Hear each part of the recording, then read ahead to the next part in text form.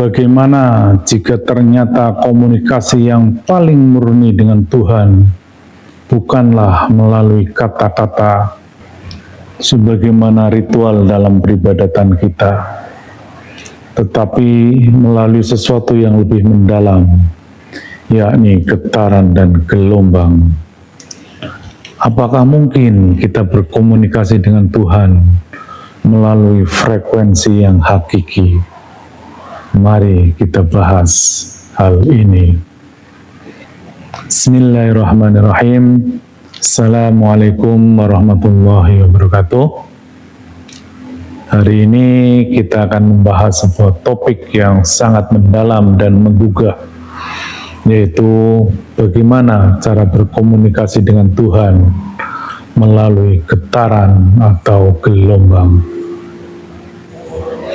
Dalam kajian ini kita akan memahami bahwa berkomunikasi dengan Tuhan dapat terjadi di luar batasan kata-kata maupun simbol-simbol ritual. Kita akan menyelami bagaimana getaran dan gelombang dapat menjadi medium komunikasi yang paling hakiki dan murni. Mungkin sebagai gambaran atau yang melatar belakangi hal ini adalah sebuah perenungan yang cukup dalam, yang saya mencoba bagaimana sesungguhnya mekanisme komunikasi manusia dengan Tuhan. Nyaris tidak mungkin kalau Tuhan itu berkomunikasi dengan manusia atau dengan makhluknya dengan bahasa, karena bahasa itu sifatnya sangat spesies dan spesifikasi. Jangankan bahasa manusia dengan bahasa hewan, apalagi bahasa tumbuhan dan bahasa benda-benda. Sesama manusia pun, dalam ras yang sama, itu sangat beragam. Mungkin ribuan jenis bahasa yang dikenali oleh manusia. Dalam suatu masa, saya tidak bisa membayangkan bagaimana doa sejak zaman Nabi Adam pakai bahasa apakah itu, kemudian sampai Nabi Muhammad ribuan tahun kemudian. Apalagi kalau kita coba renungkan, bukankah seluruh makhluk ini juga berkomunikasi dengan Tuhannya? Apakah mungkin itu menggunakan bahasa yang kita pahami selama ini? Dalam spesies manusia pun kita amat beragam, kita mengenal bahasa. Baiklah, kita akan coba mengelaborasi hal ini, karena ini sesuatu hal yang amat penting. Jangan sampai ritual kita menjadi sebuah peribadatan yang sifatnya dogmatis, yang sifatnya turun-menurun, yang hanya diajarkan dari nenek moyang kita, tanpa kita mau mendalami, mau berpikir, mau terus mencari kebenaran yang hakiki. Dalam Al-Quran, Allah Subhanahu wa Ta'ala menegaskan bahwa komunikasi langsung antara manusia dan Tuhan sangat terbatas atau bahkan mustahil jika hanya mengandalkan bahasa atau suara biasa. Allah berfirman yang artinya, dan tidak mungkin bagi seorang manusia bahwa Allah berkata-kata dengannya kecuali dengan perantaraan wahyu atau di belakang tabir, dan dengan mengutus seorang utusan, lalu diwahyukan kepadanya dengan seizinnya apa yang dia kehendaki. Sesungguhnya dia maha tinggi lagi maha bijaksana. Quran Surat Asy-Syura 51. Di episode yang lalu sudah kami jelaskan ayat ini. Jadi kami akan lebih mengeksplorasi dari perspektif bahasanya. Ayat ini menunjukkan bahwa komunikasi dengan Tuhan tidak bisa dilakukan secara langsung melalui bahasa atau suara yang biasa kita kenal. Ada tabir perantara atau media tertentu yang digunakan oleh Tuhan dalam menyampaikan pesannya. Namun, apakah ada cara lain untuk dapat berkomunikasi dengan Tuhan atau kita mengeksplorasi apakah itu di balik tabir yang dimaksud. Coba kita sedikit elaborasi tentang keterbatasan bahasa dalam berkomunikasi dengan Tuhan. Bahasa baik lisan maupun tulisan ataupun secara isyarat adalah bentuk komunikasi yang memiliki banyak keterbatasan. Sebagaimana Allah berfirman dalam Quran surat Ibrahim ayat 4, dan kami tidak mengutus seorang rasul pun melainkan dengan bahasa kaumnya, supaya dia dapat memberi penjelasan kepada mereka. Ini menarik. Apakah ini bisa dimaknai Allah punya bahasa manusia? Tentu dan dipastikan tidak, karena Allah adalah laisa kamitslihi syai'un.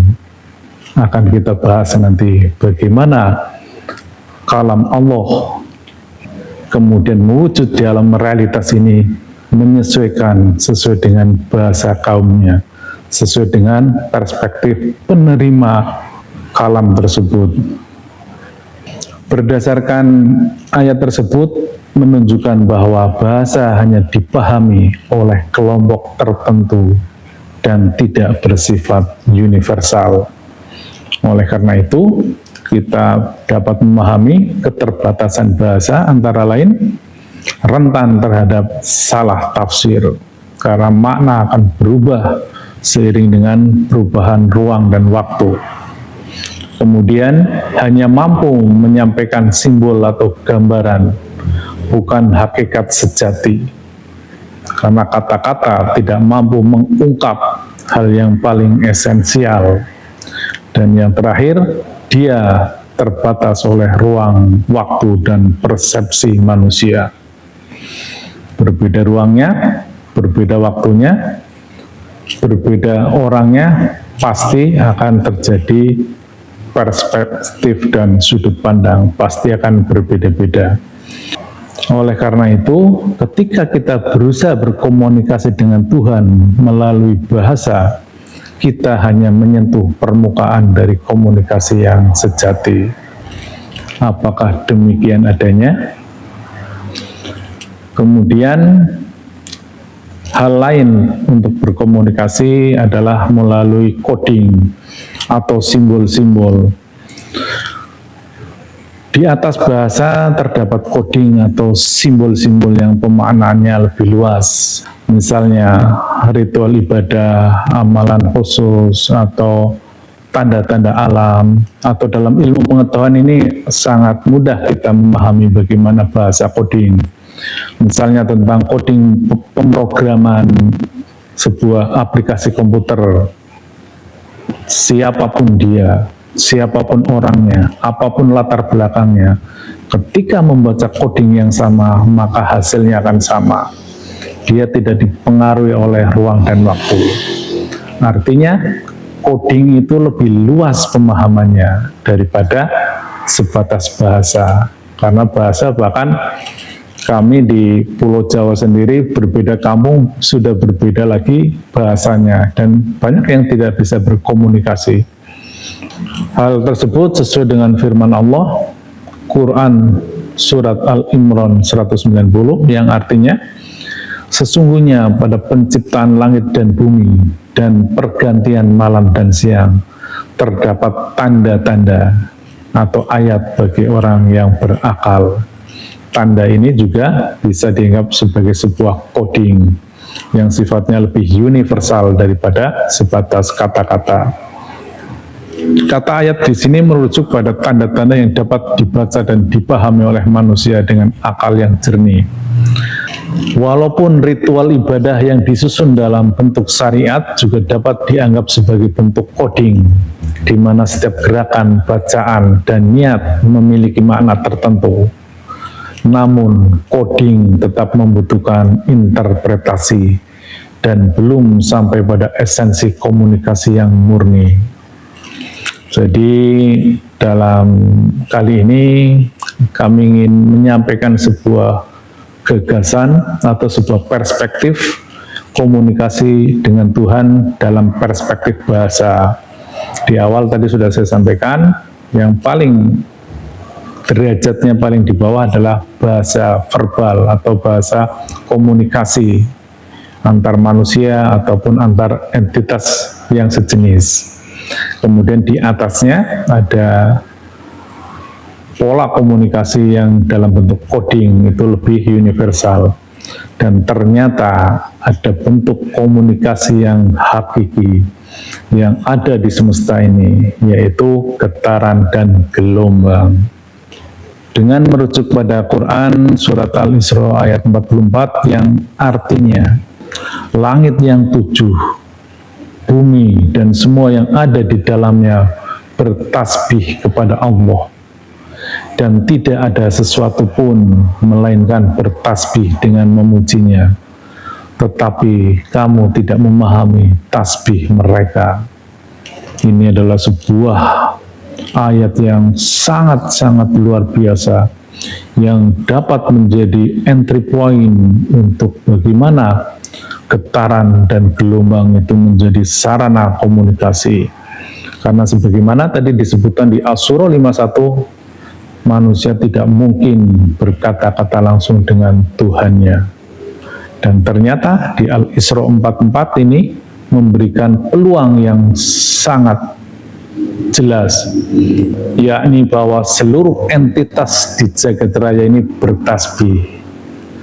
Tentunya kalau kita compare dengan As-Surah 51, bertasbihnya pun tidak dengan bahasa, tidak berkata-kata. Tidak mungkin ayam bertasbih sama dengan manusia. Kalau tasbihnya pakai kata-kata, apalagi batu, apalagi tumbuhan, tidak mungkin. Yang paling presisi dan yang paling tepat adalah bertasbih dalam bentuk getaran atau gelombang.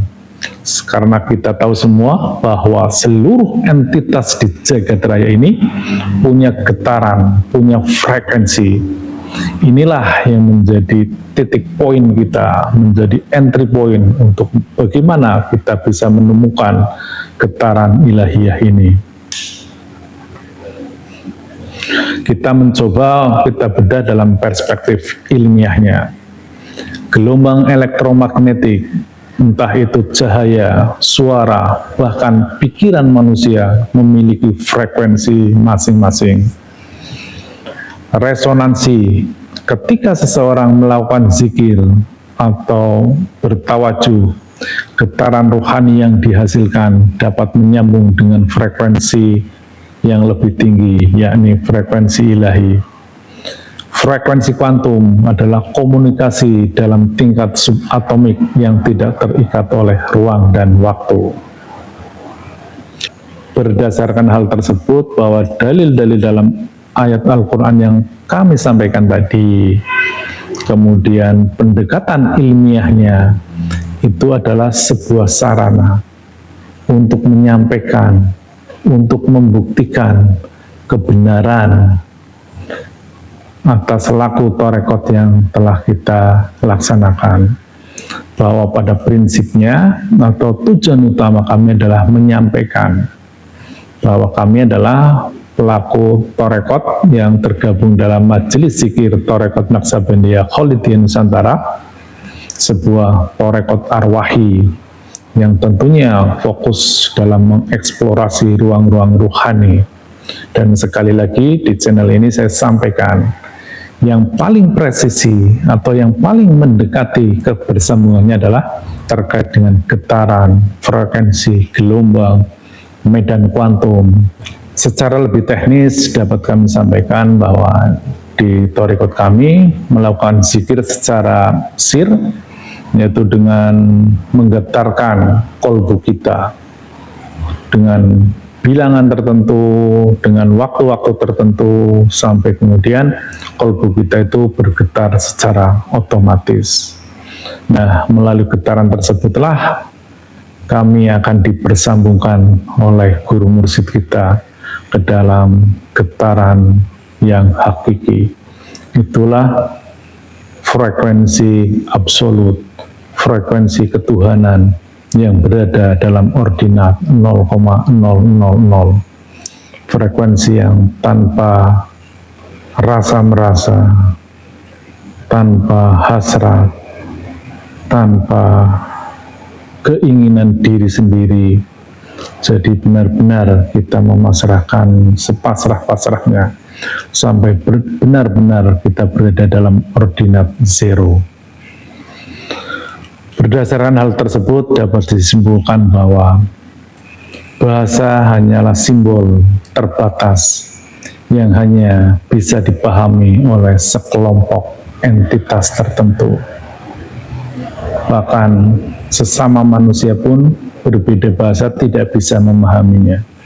Apalagi dengan bahasa tumbuhan, dengan bahasa hewan, bahasa benda-benda itu jauh lebih sulit lagi kita memahaminya. Coding atau simbol-simbol adalah lebih mempunyai kedalaman komunikasi, tetapi tetap saja coding membutuhkan interpretasi. Sebagaimana tadi yang saya sampaikan, baik dalam bahasa coding pemrograman ataupun coding dalam ritual beribadah itu perlu interpretasi tertentu. Oleh karena itu, yang paling hakiki dan paling murni adalah komunikasi melalui getaran dan gelombang, yaitu resonansi ruhani yang terhubung dengan Tuhan. Karena setiap entitas di semesta raya ini semuanya mempunyai getaran dengan frekuensi tertentu, maka yang menjadi tugas kita bagaimana kita menemukan getaran tersebut. Dan kalau kita komparasi dengan As-Sura 51, maka kita memungkinkan berkomunikasi dengan Tuhan di balik hijab itu. Hijab adalah sesuatu yang sifatnya material, yang bisa dipahami, bisa dibaca dengan pembaca virtual kita, dengan panca indera kita, termasuk ibadah-ibadah kita, doa-doa kita, itu sesungguhnya hijab kalau dipahami dalam perspektif ini. Namun di balik doa itu ada frekuensi dan getaran. Itulah yang bisa bersambung ke dalam sistem semesta raya ini. Kalau kita terjemahkan dalam bahasa rohani, maka getaran tersebut, frekuensi tersebut adalah frekuensi bersambungnya kepada tali rohani atau tali wasilah. Tali wasilah adalah sebuah sistem kebersambungan rohani manusia dengan Tuhan di alam Maha Qadim. Demikian, semoga bahasan ini dapat memperkaya bahasan-bahasan kami yang terdahulu, dan akan kita lanjut, kita perdalam lagi dalam perspektif yang berbeda. Namun tetap intinya adalah terkait getaran dan gelombang, karena itulah satu-satunya cara dan satu-satunya jalan untuk menuju frekuensi yang hakiki, untuk menuju ordinat 0,0 bersambung kepada Sang Maha Mutlak. Illahi anta maksudi wa ridhoka matlubi. Wassalamualaikum warahmatullahi wabarakatuh.